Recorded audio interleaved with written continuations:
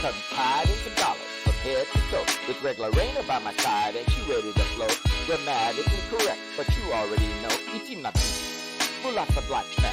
Na gumagama na makini na ritmo. Ara-araw na mag-aaralin. Panoorin ang bawat episode. Pag-isipan, mang mabuti, magsalita ng malakas, makinig kang mabuti, gamatin at ulitin. Pag-isipan, mang mabuti, magsalita ng malakas, makinig kang mabuti, gamatin at ulitin.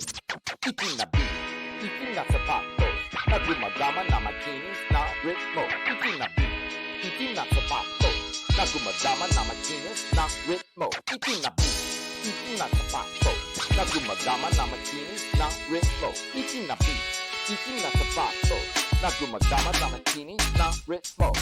Marinig, makinig, sabihin, isipin, gamatin, ulitin. Marinig, makinig, sabihin, isipin, gamatin, ulitin. Marinig, makinig, sabihin, isipin, gamatin, ulitin. Marinig, makinig, sabihin, isipin, ulitin.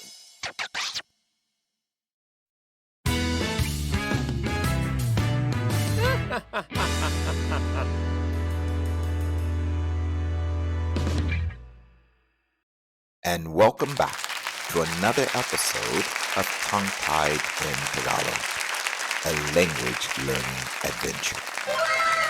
And now it begins. Ikalawang Aralin, Ang and Ang Maga, Mastering Tagalog Articles. Hello everyone, and welcome back to Tongue Tied in Tagalog.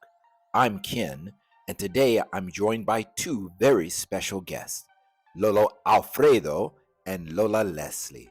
They're here to help us master the essentials of Tagalog articles, ang and ang maga. Let's dive in.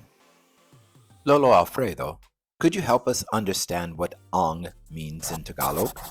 Of course, Kian. Ang is a marker we use to point out the subject or focus of a sentence. It's somewhat like the English to. For example, when we say ang bahay, we mean the house. Just like the house behind me. It's very important in Tagalog to use ang correctly to be clear about what exactly we are talking about. Wow. Lola Leslie, what about when we want to talk about more than one of something? Okay. We use ang mga. It signifies plurals. So, if you have many houses, you say ang mga bahay, which means the houses. So, ang maga helps us talk about all these little houses together, right? Exactly. It's all about quantity. It helps others understand whether you're speaking about one thing or many things. Let's try some examples, Lolo Alfredo. How would you say the teacher is writing in Tagalog? Ang guro ay nagsusulat. See, we used ang because there is one teacher. And Lola Leslie, if there are many teachers, how would we say that? Ang mga guro ay nagsusulat. We add mga to show there are multiple teachers. Wow. Lolo Alfredo, what common mistakes do people make with ang and ang mga? Many forget to use mga for plurals, which can change the meaning of what they are trying to say completely. My tip, practice, practice, practice. The more you use these words, the more natural they will feel. Thank you so much, Lolo Alfredo and Lola Leslie, for helping us understand ang and ang maga better.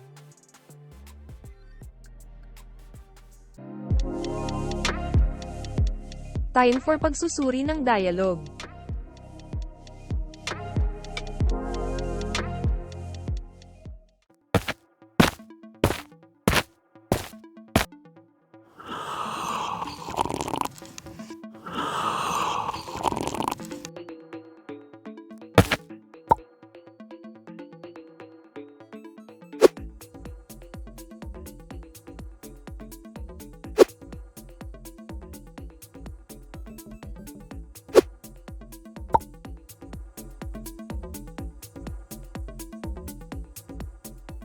The house, ang bahay, ang bahay.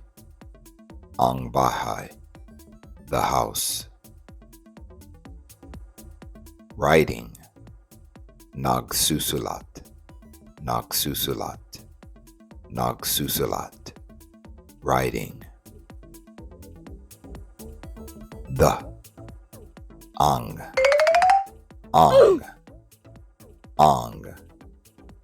the. Plural marker, mga, mga, mga. Plural marker. Of, by, from, nang, nang, nang. Of, by, from. Wow! The houses, ang mga bahay, ang mga bahay, ang mga bahay, the houses. Which, alin, alin, alin, which. What? Why, bucket, bucket, bucket. Why? What? Ano? Ano? Ano? What? When? Kailan? Kailan? Kailan? When? Who? Sino?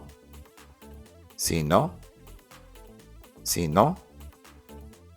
Who? Where? Saan? Saan? Saan? Where? How? Paano? Paano? Paano? How? Whose? Kanino? Kanino? Kanino? Whose? How much? Makano? Makano? Makano? How much? Yay!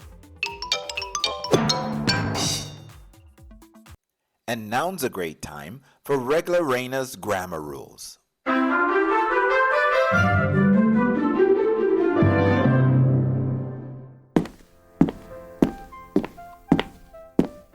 Let's examine the plural marker, mga. The plural marker mga is an orthographical contraction of manga. Since this a high-frequency word, I assume that this contraction was adopted to save time, space, and or ink. Similarly, this was also the case with the Tagalog genitive, oblique marker ng which is nang. In the early part of Spanish rule in the 16th century, the plural marker was written as manga. This is shown below in an excerpt of the 1593 Doctrina Christiana, which is the earliest written attestation of Tagalog in the Latin alphabet. The origin of mga ties back to the broader Austronesian language family, which spans from Madagascar to the Pacific Islands. Like many aspects of Tagalog, mga share similarities with markers in other Austronesian languages, suggesting a common ancestral origin. This plural marker has likely been a part of the language for thousands of years, evolving with the language and the people who speak it.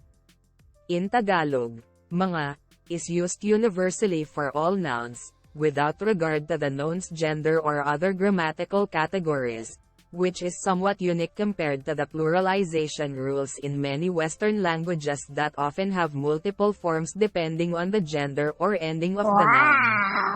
The use of mga has persisted and adapted through various historical and cultural changes in the Philippines, including periods of colonization by Spain. Overall, mga is a fascinating example of the stability and resilience of linguistic structures within Austronesian languages, reflecting both the history and the adaptability of the Tagalog language.